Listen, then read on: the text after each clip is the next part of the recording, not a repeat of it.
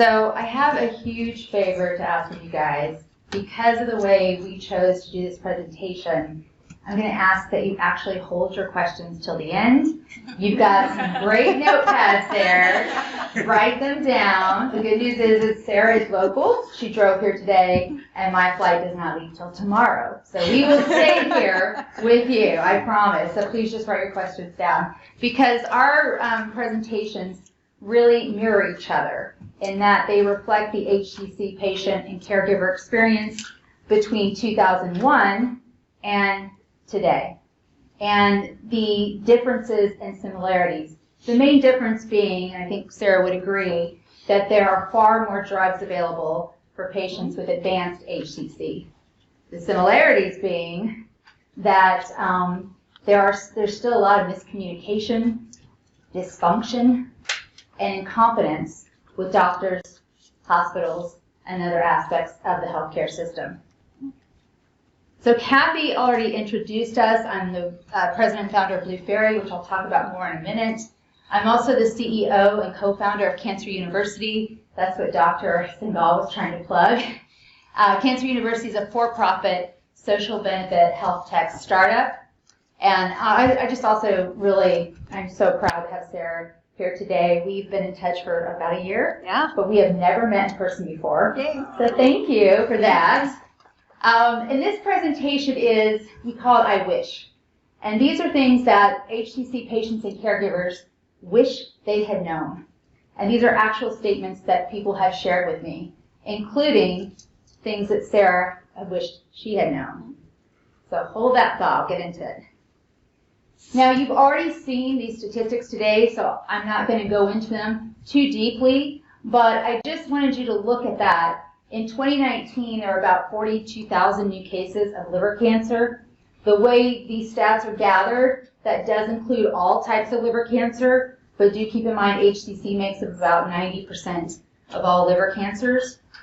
And by all liver cancers, I mean cholangiocarcinoma, which is cancer of the bile ducts, and there are other rare types of liver cancer. But look at the difference between the US and worldwide. It's insane. And in the US, liver cancer is still considered a rare disease. However, with Blue Fairy, we absolutely refuse to participate in any sort of rare disease coalition because liver cancer is not a rare disease by any means. And on the right-hand side, you can see the deaths, 32,000 in the US and 700,000 worldwide. And also, again, look at the bars, how they reflect and sort of mirror each other. There are almost as many deaths as there are new cases, both in the US and worldwide. So this is Blue Fairy. Our mission is to prevent, treat, and cure primary liver cancer, specifically hepatocellular carcinoma, through research, education, and advocacy. And everyone always asks how we got our name. I'm not going to do the long story. I just decided to post the photo. And this is my sister, Adrienne. I started Blue Fairy in her memory after losing her to HCC at the age of 15. I raised Adrienne from the time she was 8 until she died from stage 4 HCC. I got custody of her when I was 22 years old. And she was more than my sister. She was also my kid. Blue Fairy is a national nonprofit. We have 2 virtual offices, one in Los Angeles, which is where I'm flying to tomorrow, and one in Birmingham, but only because that's where I live now. We are a national nonprofit, but we have a real international outreach. And what I mean by that is when we redid our website about 3 years ago, we decided to focus on the international HCC patient population by making sure our website translated into languages in those countries.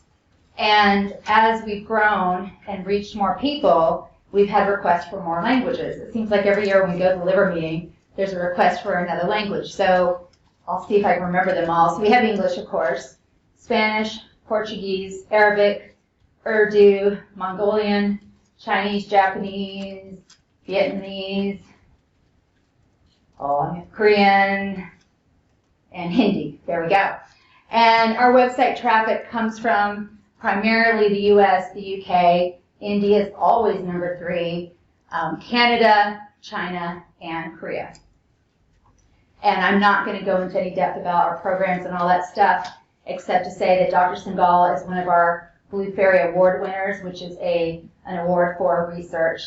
He won it about 3 years ago, I believe. So here's the first I wish. I wish I had been told my cancer was terminal and chemotherapy would be of little help. Now, I didn't say this, but I could have said this about my sister's case, but this was actually a male HCC survivor with 1 recurrence. This is what he wished he had been told. I wish I had known HCC has a much higher rate in other parts of the world, like Asia, so experimental treatments are more common there than in the US. This was a spouse of an HCC patient. I wish doctors had listened to me. It took 3 opinions, not 2, 3 opinions before I was correctly diagnosed with HCC. My tumor was the size of a Nerf football and 40% of my liver was removed. A young male HCC survivor. And I have to tell you a little bit more about this. This shows just how much patients need to become advocates for themselves and have a caregiver fighting there with them. When this young man, 18 years old, first went to the doctor with his mother, he was dismissed outright because he looked healthy. They got a second opinion, and that doctor said he had a hernia and he would be okay and go home. Well, luckily his mother had more than intuition. She was a nurse, and she knew something was wrong with her son. He was losing his appetite, he was losing weight, and he just didn't feel good. They couldn't describe it other than he didn't feel good. He didn't feel pain, though. So they went to another doctor, and he first thing said, well, has anyone done a scan? No. They did a CAT scan, and they saw the tumor. And that doctor picked up the phone, and the next day this kid was in surgery at UCSF. The very next day. Now, at UCSF, they wanted to follow up the surgery with a very interesting combination of chemo and radiation. And this young man sat down with his parents, and they discussed it. And they decided not to do it, or actually he decided not to do it. And I'm really happy to tell you that he is alive today. Now, because I share his story, the chair of our medical research committee wanted me to go back to this young man and his mother to make sure it's not what we call fibrolamellar HCC, which is a very rare type of HCC that it's only about 200 cases a year in the US, to give you an example, which actually responds better to treatment and most of the time only occurs in people who are in their late teens or early 20s. Well, I trusted them, but they did go back and look at all of his records. And again, his mother's a nurse, and there was nowhere in his records where it said he had fibrolamellar HCC. I wish it could be detected earlier. The public needs more education, kind of debunk the myths surrounding liver cancer. And this is something Blue Fairy has been working on for years. When my sister was diagnosed, all of her friends' parents were about 10 years older than me at the time, so they were in their late 30s. And more than one person said, out of sheer ignorance, oh my God, I had no idea she drank. And my sister and I just laughed because it's like, well, how much would a 15-year-old have to drink to get stage 4 liver cancer? I mean, really, how much? I wish I had known what to expect after I was sent home from the hospital. No one told me what side effects I would experience, so I kept going to the ER week after week. Now, this is a woman who has a combination of HCC and cholangiocarcinoma, which again is the bile duct cancer. And she went to the ER 6 times in 12 weeks. Her caregiver is her adult son, and he didn't have a clue. And they were given absolutely no discharge instructions whatsoever except what medications to take. She had no idea what to expect. I wish I had gone straight to a clinical trial. instead of wasting 2 years and letting chemo weaken me when it was not going to cure me. And this is from a female cholangiocarcinoma survivor. And I could not agree with this statement more. I'm so happy to hear what these doctors said, that now, if, depending on the patient, that patient presented, they would send them immediately to a clinical trial. I wish that this is what the doctor had said to me and my sister. I wish healthcare was a team sport.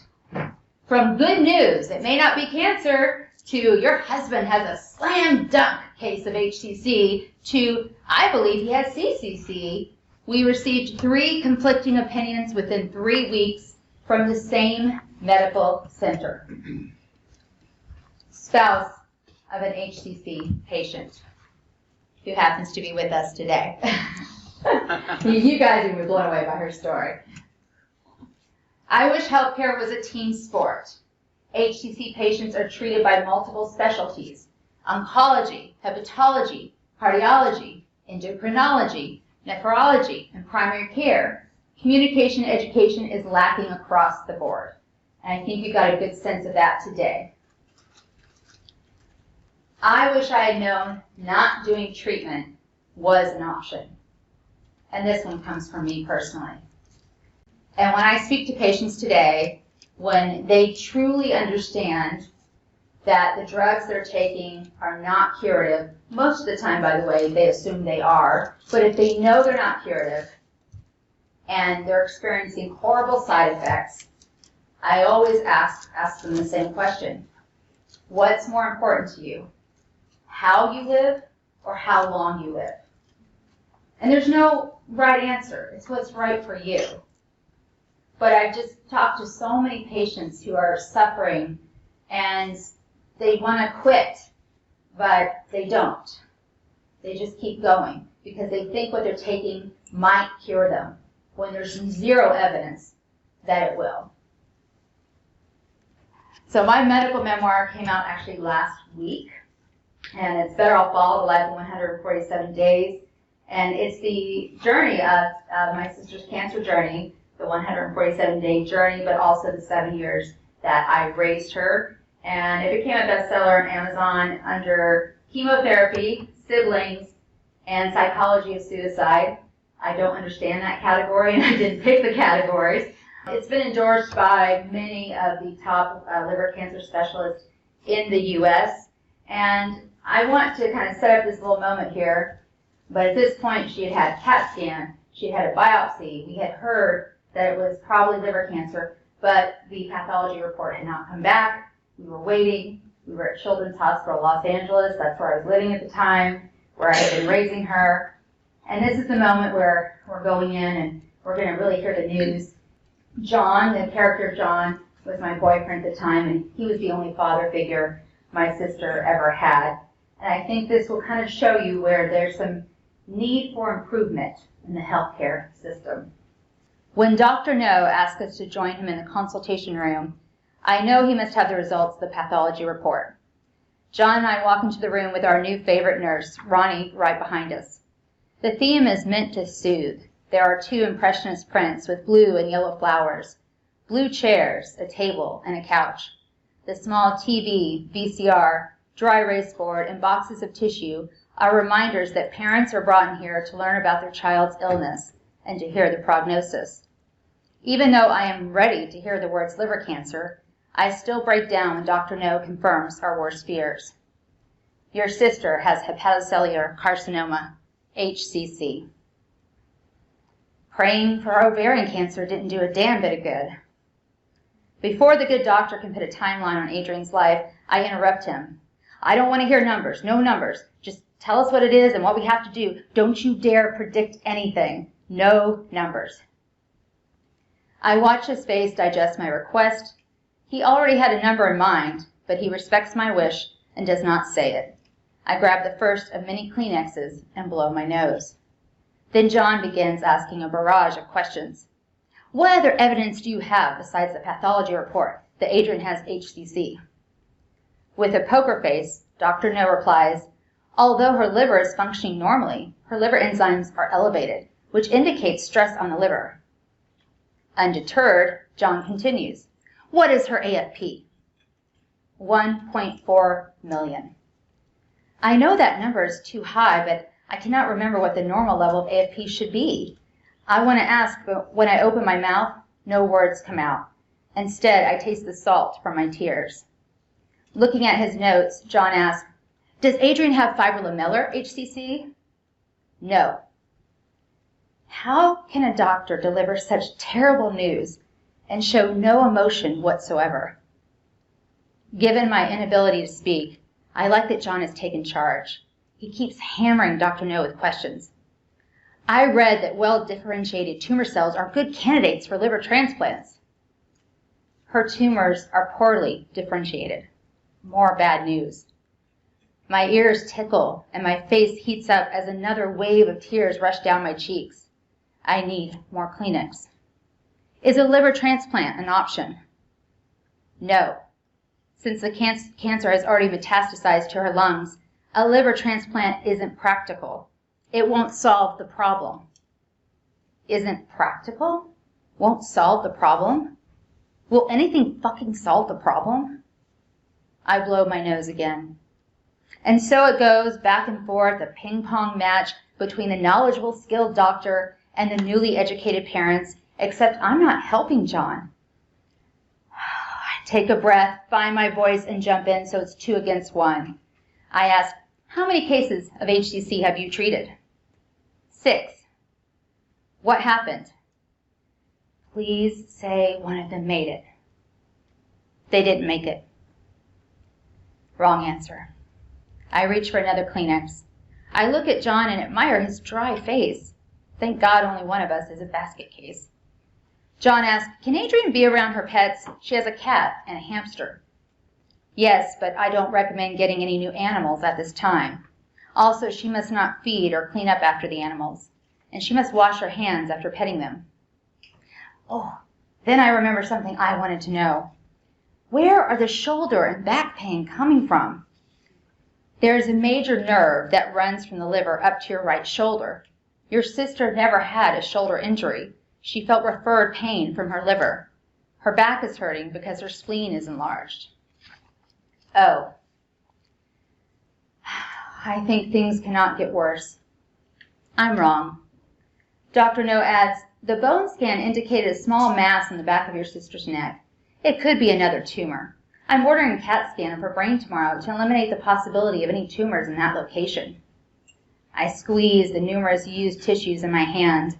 I would make a fantastic sad clown right now with my wet face and red nose. I hesitate before asking my last question. Don't you have any good news? Dr. No looks at me. I study his eyes and I see nothing. No hope, no sympathy, no pity. He seems so detached from our situation. He answers with one word. No. Of course not. After giving us Adrian's poor prognosis, Dr. No launches into the quality of life speech. Quality of life, yet another class taught in medical school. He says she can start chemotherapy immediately, but we need to consider Adrian's quality of life. Since she still feels good, now would be a time to do fun things, like go to Hawaii. I look at him. I want to yell at him. Go to Hawaii now? Why? Because she won't be able to later? And why Hawaii? And with what money? Do you want to pay for it? If you took the time to get to know your patient's asshole, you would know Adrian wants to go to Ireland. I hate this doctor. I hate his cold, impersonal manner. I hate that he suggests we give up and go on a trip instead. I hate that he can't fix this cancer. And most of all, I hate that during this entire conversation, he refused to say Adrian's name. With the quality of life speech out of the way, Dr. No gets down to business and discusses his treatment plan for Adrian. The chemotherapy will be difficult. There is no guarantee it will work. The first course will be a combination of adriamycin and cisplatin, 2 drugs that have shrunk tumors in some HCC patients. The side effects are severe. Adriamycin can cause serious heart damage, and cisplatin can cause total hearing loss. Both drugs will knock out Adrian's immune system. Due to the drug's negative side effects, Dr. No will only do a maximum of 8 chemotherapy sessions at 3 to 4 week intervals. I cannot stop myself from calculating the numbers in my head.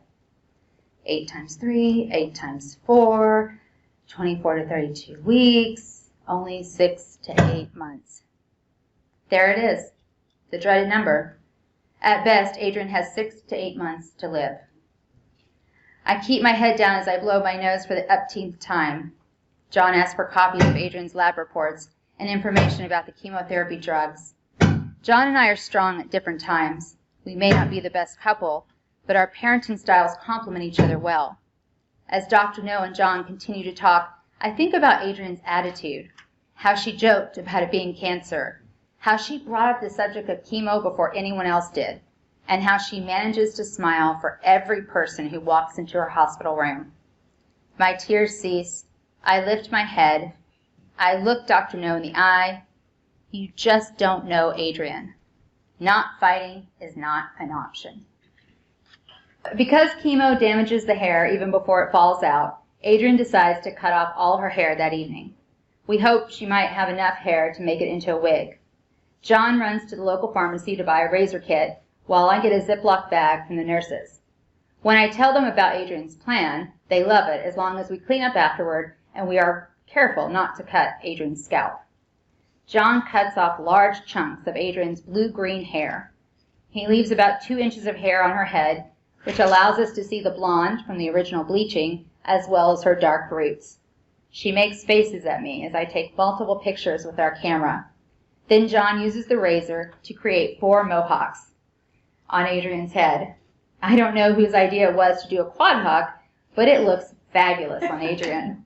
It turns out she has a perfectly round skull. With little hair left, Adrian's olive green eyes, prominent cheekbones, and engaging smile become the focus of her face. By cutting her hair before chemo could kill it off, Adrian has once again gained some control, and she is more beautiful than ever. So that is my part of the presentation.